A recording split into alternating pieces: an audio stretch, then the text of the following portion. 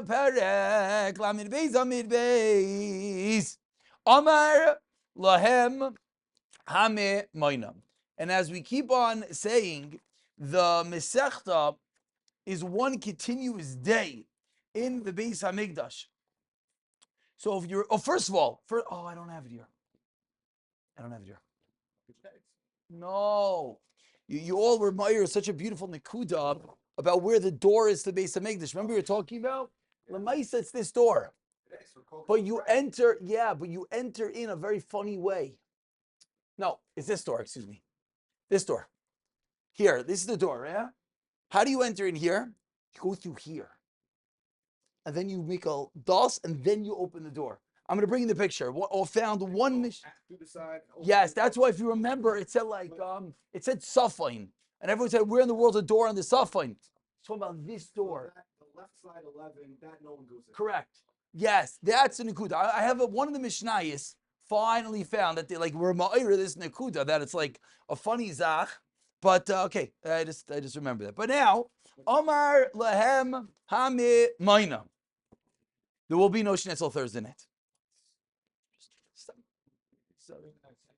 Thursday night, see. Chas v'shalom. Chas v'shalom. Choice words for them, yeah. Okay. If you remember what happened, we ended the previous parak that we dismembered the Tamid so beautifully. Mamish, we have 9 Kohanim parading in with the head and the nose and the dust. Each one, what do? They put it on the ramp of the Mizbeach. Then it said they turned around, and where do they go? If you go back to Lamed Aleph and Beis, go back one daf, look at the end of the Mishnah. Says Shema. So after putting down the Tamid on the ramp, they turn around to the Lishkas Hagazis back over here, Lishkas Hagazis, to say Shema. Most of the action started up there at the Beis HaMikdash. Then we had a lot of action down over here. They went in, opened the doors, cleaned out the menorah, cleaned out the Mizbeach number 12. Now over here. So where we're holding right now is this Mizbeach is already lit on fire. The menorah and the Mizbeach Panimi are clean and ready to go. That's what we're up to. Amr them, the Mamayna tells them, Baruch Hu brachas. Now we're going to get the tefillos of the Kohanim. He said, say one bracha.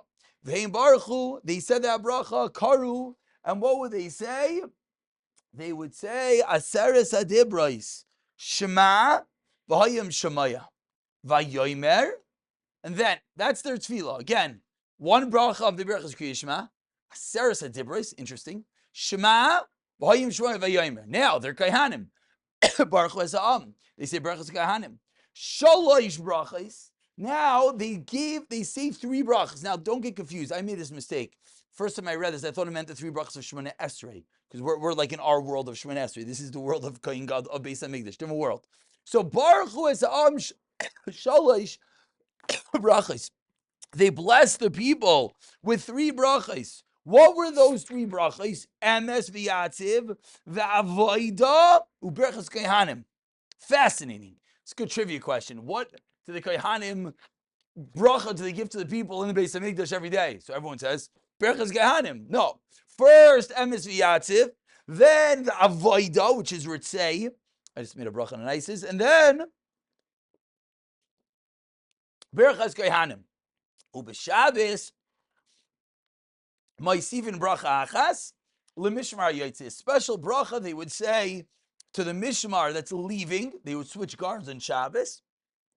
To that mishmar, they gave a special bracha. Oh, doesn't it say over here? Like the Mefarish over here, they said, the Gemara in Brachas tells us, to look at the left side, about 8 lines into the narrow lines. Mishet shachin shmoi bebayis hazeh, hu yashkin beinechem ava va'achva v'shalom v'reis. Beautiful bracha. Mishnah number 2, Amar Lohem. The Mamayna would announce, Chadashim, those who are new, those who have yet to have the schos to do the ketayres, liketayres. Whoever is new, come and do the ketayres, bo vefisu. Now this is a very important point in life. This is where we learn out that ketayres is only done once pashtus in a lifetime. We know that sandik ois at a bris milah, similar. The Gemara is in Yuma, or Meirech. But over here says the Mishnah, Bo ve'fizu, come and do the lottery. Zacha misha zach. Next, Amar Lem, Chadoshim im Yishanim. Now it's the old with the new, meaning any kohen that wants.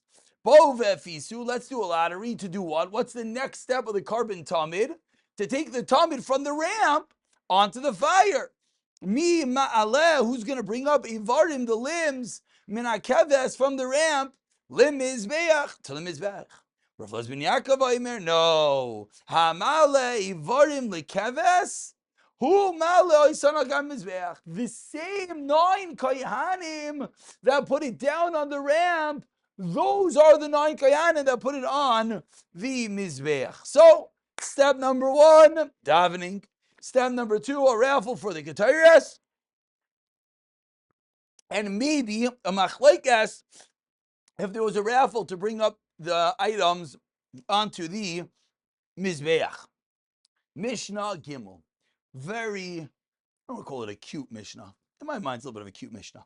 Masrum lechazonim. So now, we have a bunch of Kehanim that have jobs. Ketores, Tamid. What about everyone else? Well, guess what? You're off today. You're off. Take off your kohen clothing. So Masrum, they gave them over lechazonim, to the chazan, which wasn't a chazan like we know it. It was someone in charge. People who won these lotteries. Yes. They're locked in for the whole day. They're bringing their car in the back. No. We're going to see. It's a one thing. Just going to take it. They're going to put it up. So, and then the kohen, the other kohanim, not those. Work the day shift. That's it. There's no day shift. Oh, very good, very good. So we're going to get there. Very good. That's not our Mesechta. Good. I want to point out. Rav Neir, what do you mean? What happens when a Yankel, the Yid, comes to bring a carbon? Who's helping him? Correct. Very possibly they'll get redressed. But right now, what happens is they go to the chazan, to the guy in charge, the dressing person. He would get them undressed. What was the only thing they'd be allowed to wear? Only their pants. This is where it comes from. Don't ever give away your pants. Once you give away the pants, it's all over. They had windows, they had pews, boxes. And it was written on them, Tashmish Akilim. This, of course, is the Makar. When everyone wants to know why you make boxes to put your tefillin in the shul. Like, what? You put Shtein Beis HaMikdash. They had boxes to put in their clothing. And not only to put in their clothing, it was written on each box the Tashmish of the Kalim. Your pants got one box. Your shirt got another box. Each keli got its own box. Why? Because it ma'ale b'kedusha. Each kohen got multiple boxes? Yeah, each kohen. I'm trying to find you the locker room over here. Last week we were saying to be in the Heilige locker room of Wells Fargo. Baruch Hashem. Not sure if any of the other Rabbanim appreciated it. I thought it was pretty cool. But either way, or at least no one else expressed that they appreciated it. 1 second, we're almost there. Every time I look for these things, I can't. Oh, no. First of all, that's a nice picture, but. Time for a niggin. Okay. Oh, okay. So, Shema, in case, this time we're sending the Shema. Very, very poignant picture. Kohen Gadol in the middle. Mom is a good photo op. Someone snapped that one. Kodak saved that moment. By the way, here, Stam, this is the Tefillah Ritzei, right? We said the Tefillah of Avaida. They show you the Tefillah over here. Here. It's a little hard to see, but pass around over here. You'll see on each box, it's written Mechnasayim.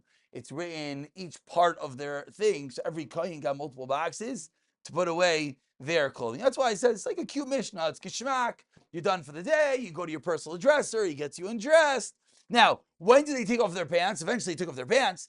After they put on their big day chol, then they took off their pants. You get dressed appropriately. Now, one could ask, what do you mean they spent half their life in the mikvah? I'm saying, okay, different. The mikvah is for the mikvah, and other places you stay dressed. Mishnah Dalid, here we go. Misha Zacha b'Ketayres. Next one who is Zaychet in the Ketayres. Here we go. This is what they call one of Avoida Kashais Sheba Mikdash. Most importantly, it's the Kohen Gadol Beis Hamikdash, the way that he did the Ketayres But this is actually gonna lead to a nice picture. What would he do? Here we go. He would take the kaf. Now, what is the kaf? A kaf is daimel a tarkev. The kaf is like a tarkev, which is a bowl. Now we know a kaf is a spoon. That's a little bit confusing, but it's like a ladle. Tarkev gadol shalzav of gold machzek shalish kabin. Va'abazich. And this big ladle, let's call it a bowl to make it easier. Haya b'taychay. And the bazich was inside of it. So, yeah, that's what's confusing, but that's why it's not a ladle. Look at this top picture. It's like a little guy inside a larger bowl. It's called a ladle. A bowl inside a frying. Right. Oh, very good. A bowl in a frying pan. That's the way to say it, because it has a handle. So that's why it's called that. So the bazich, now, why is that true? As we're going to see, because when you spill, you got to have something to catch your spill. So vaya machzekes daim the targum shel gadol shel zav machzek shel shekam v'bazich chayu b'seichai male v'gadish ketayres. Now the bazich, which is inside, is overflowing with ketayres. Male v'gadish. That's a term you might have heard some speakers saying. You have no clue what he means. Male, it's filled v'gadish and overflowing. Male v'gadish ketayres. V'kisu yayalai, and it had a cover. It had a cover. Yeah, you can see the cover over there. Ukemin mituteles, and the cover that was like a pad. Hayalav milmala, which was on top of it. So it's a frying pan with a bowl with a cover. The bowl with the cover is where the ketayres is currently. Cover over just the bowl or the whole? Just the ketayres, the inside. Look over here. The top cover over there. That's what we're talking about. Next. In the wedding, the soups. Yeah. Soups, crockpots. Misha zacha b'machta. So one that is zoicha in the machta. Now the machta is the shovel. Notel machta sekesef. Took a silver shovel. V'alu l'reish mizbeach. And he goes up to the mizbeach. Here we go, chaver. Here is Mr. Kayin, Rabbi Kayin l'chayra, with a shovel heading up the mizbeach. Again, it gives you a little bit of a perspective how big this mizbeach was. It wasn't this little zach. He's walking up the mizbeach with his shovel. And what does he do? He clears away some of the coals. And now there's different girsayis over here. Either min ha'machelis ha'pinimis, the inner coals, or he just takes some of the coals. Yarad, he goes down. The Iran l'toich shalzav. Here, another beautiful picture. He pours from his silver shovel into his golden shovel. Bottom picture. No. No. Back to the cold. Ruvain is standing here with his ketairis. Shimon. Mishnah Dalet was like a pause. Like, what's happening? Yeah, no, that's what it keeps it happening because we have to simultaneously. So Dalet was guy with the ketairis. He's waiting, but now we got to get the coals. So the next guy goes up with the shovel, grabs the coals, transfers it from silver to gold. What comes next? Nisbazer mimenu. It would spread out hikav, like a kav, gacholim, of gacholim. Now, the reason is the golden shovel is smaller than the silver shovel. So what happens when you take a larger shovel? What happens when you take a larger shovel and you pour it into a smaller shovel? It overflows. Ma'ariv, that's like 8:30. So you have a few minutes. Well, God changed Shkia. So, we have to play with God's rules. He did. Yeah, actually, if you want to know the real truth is we petitioned for an extra 3 minutes so that we can finish the Mesechta. And Hashem acquiesced by moving Shkia for us. Can you imagine? You can't start that early. So if since you're not here, I'll tell you, we've been starting at 8 o'clock. But those, I'm saying, yeah, right. So now, again, so you poured from silver shovel into golden shovel. What happens? You have an overflow. What do you do with the overflow? You're mechabedin, you sweep it la'ama, into the amma. What is the amma? The little thing with the blood. Yes, that is the little river that is running through the floor of the Beis HaMikdash. Waiting for someone to have one of these in their house. Mirtz Hashem, some fancy designer, shtickle stream running through the floor of the house. So gishmak, like a koi pond, but not a pond. If anyone wants to buy me a birthday present, probably about $100,000, no big deal. A nice, no, not a koi pond. A river. Indoor stream. Indoor stream. Now we're talking. It makes cleanup much easier. I want a sponge. Sponja. It's like a sponja. Where do you think sponja came from? This is where sponja came from. Around the heart. Around the heart. Moat. Yeah. Vayam mechabdin liyama, Baruch Hashem. And they were mechabdin la'ama. Ubi Shabbos, what do you do on Shabbos? So this is a chiddush. So what I would have thought, before I learned this Mishnah, you would have asked me, what do you do on Shabbos? I would have said they swept it. It's muksa, who cares? All muksa, all dirt on the floor is muksa. What we're makel to sweep it up, l'kavod Shabbos. So it's interesting, but here we say, Ubi Shabbos, they were covered up with a psachter. Psachter is a type of pot. Here's the psachter, is a pot. Upsachter is a kli gadol, a large kli. Machzekes that held a letech. Ushtei sharsharois hayuba. And this big pot had two chains, one on either side. Why did it have two chains? Achas, one of them shu moishech ba, you would pull with it, v'yoyrid and go down. V'achas shu oiches ba milmala. Now this was when, as we've spoken many times, that they would leave the tapuach, the big ash heap on top of the mizbeach. But now what happened when Lamaisa got too big? They had to clean it off. How did they clean it off? They took this big psachter, this big jug, they pulled it up to the top of the mizbeach, they filled it up with the ashes, and then they lowered it down. Obviously, we will now spend time looking for the picture and not find it. So we're going to give up. I think it's actually on the back cover. Front cover. It's in my book. Yeah, right over here. That's the picture. In case you couldn't envision a pot being pulled up the mizbeach, that's the pot being pulled up the mizbeach. Okay. Now, why did they hold it on the top?